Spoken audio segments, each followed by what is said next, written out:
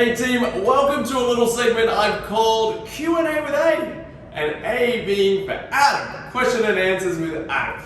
Let's go with that. So team, this is where I'm going to take a question from our members and I'm going to answer it to the best of my knowledge and ability. Cool? So our first question is this: how do you push through when you've hit a fitness plateau, especially when you have an injury that might prevent you from lifting more?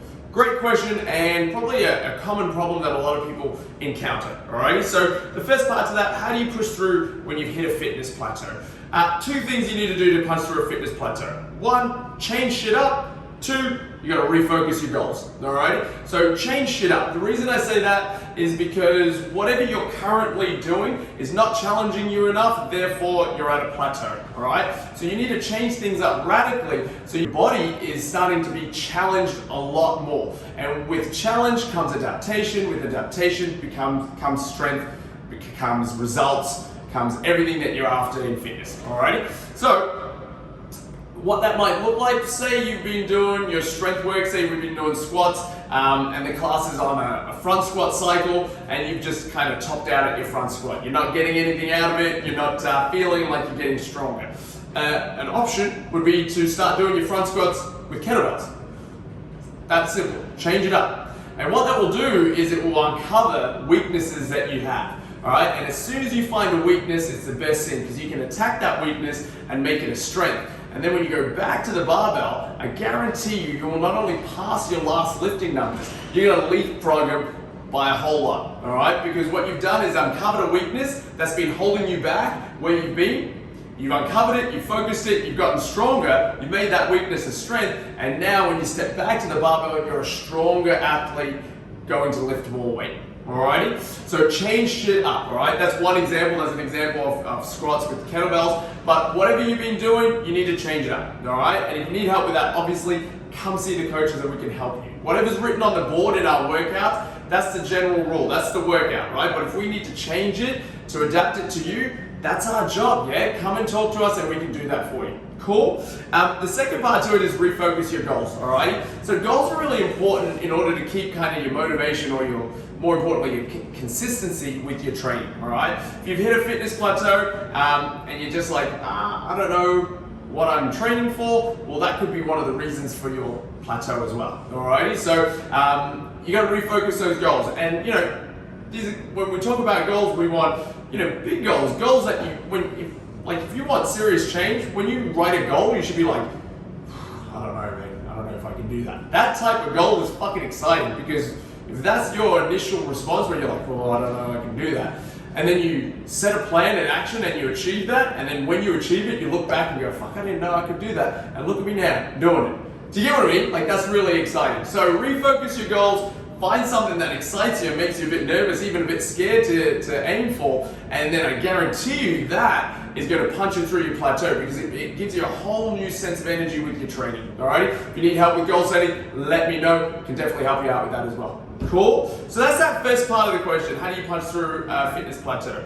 The second part of that question relates to an injury. So when you have an injury that might prevent you from lifting more. Alright, now injuries are a little bit more technical when we're talking about it, but I am going to point out three just general rules that cover off most injuries. Alrighty, so the first part, or the first rule, is that when you have an injury, as soon as you do it, or as early as you can, you need to seek medical advice. Alrighty, now I understand there's ranges of injuries, like significant injuries, obviously you're going to go to the doctor straight away, but sometimes there's these niggling injuries where people kind of like let them go, and before you know it, you've had a niggling injury for 3 months and it's just getting worse, and you know, whatever you're doing is not working. Alrighty, so the first thing, as soon as you think you have an injury, go seek the appropriate medical advice. Go see a physio or a chiro, and even better, see a physio and chiro that, you know, does the same type of training that you do, so they understand what you do. Alrighty, so they can help you with your injury.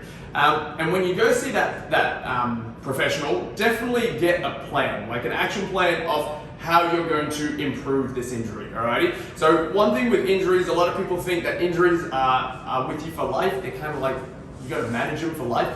And that couldn't be further from the truth. An injury is something that happens to you. It takes up a small amount of your time in the big scheme of things. And if you attack the injury correctly and do all that needs to be done, it's going to be a very small time in the overall big scheme of things, alrighty? Now, say you have an injury that requires 3 months of rehab. When you're in that 3 months of rehab, it's going to feel like fucking ages, all right? But then in a year's time, when you look back at that 3 months, it's going to be a blip. You're going to be like, oh, fuck, that's it. It was a blip. Do you get what I mean? So, get a plan out of your injury. Find out, talk to your physio or your chiro and find out what needs to be done, what you need to do on a daily basis in order to get better, all righty? So that's the first one, seek medical advice. Second one, set goals in relation to your rehab, alrighty? You need to be here in 1 month, I need to be here in 2 months, I want to be 100% in 6 months. Depending on your injury, you're going to be able to set those goals, and you're going to talk to your physio or your chiro. You can also talk to your coaches, and all of us working together will be able to help you set those goals, alright? Those goals are important because it keeps you on track to get over this little hurdle off, which is your injury, alright? You want to get over this injury so you can get back to normal training, alrighty? So, set goals. The third one is you got to stop aggravating the injury, alright? This is a really important factor, alright? So you need to be working out and exercising without aggravating that injury. Anything that aggravates that injury is just delaying your recovery, alright? So you don't want that. Now, there is a little bit of, when you're healed and you're starting to rehab, there is a little bit of give with that, where you're going to have to expect a slight bit of pain when you're working out of like when you're doing your rehab, and that's functional pain if you want to look at it like that, which is an easy way to think about it, functional pain. But if it's like aggravating pain, like injury pain, that's where you got to pull the pin. All right. Now, the best way to explain that pain rating, say a scale of 1 to 10, where 1 is nothing and 10 is your hand in fire, like you never want to really go over 3 or 4 with that, all right? And it really depends on where you are with your healing process, all right? If you're earlier on in that healing process, you want 0. You don't want any pain when you're training. You want to let your body heal. If you're in a rehab process where you're 80, 85% better, and now you got to start doing some movement with that injury, and you got to start pushing some barriers with it, well then yeah, that's where you're going to start to tiptoe around 3 or 4. But nothing over that, alrighty? And that's going to be very mild discomfort when you're doing it. It's not really pain, alrighty?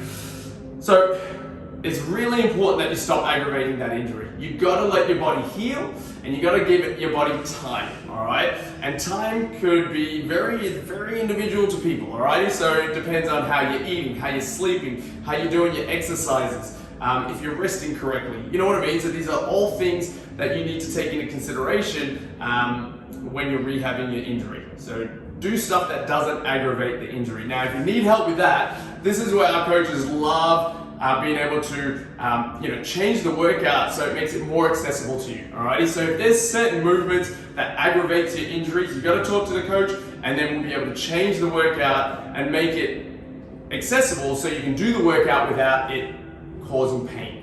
Now, sometimes people don't like this. They kind of like go, oh, I just want to do what's on the board. But you got to remember, you've got an injury, so we've got to work around that. There'll be a time when you'll be able to get back to doing what's on the board, but it's just not now because you've got an injury. Alrighty? So, how that fits in with the plateau, it really comes under that whole goals thing, righty? What we were talking about before. So, say you're going along, you're crushing it, you hit a fitness plateau because of an injury, then you're going to refocus your goals, and your refocus of those goals are going to be more directed to that injury. All right, let's knuckle down, let's get this injury sorted so then we can get back to training. Alrighty, so I hope that's been helpful. I hope you can get a lot out of that. If you have any more questions, please comment below. Let me know. I can do a follow-up video for this. But this is all about you guys asking me questions and me answering it to the best of my ability. And if I haven't covered anything that you want or you want further explanation, let me know, and I'll be more than happy to talk about it. Cool? All right, team. Have fun, and I'll see you soon. Bye.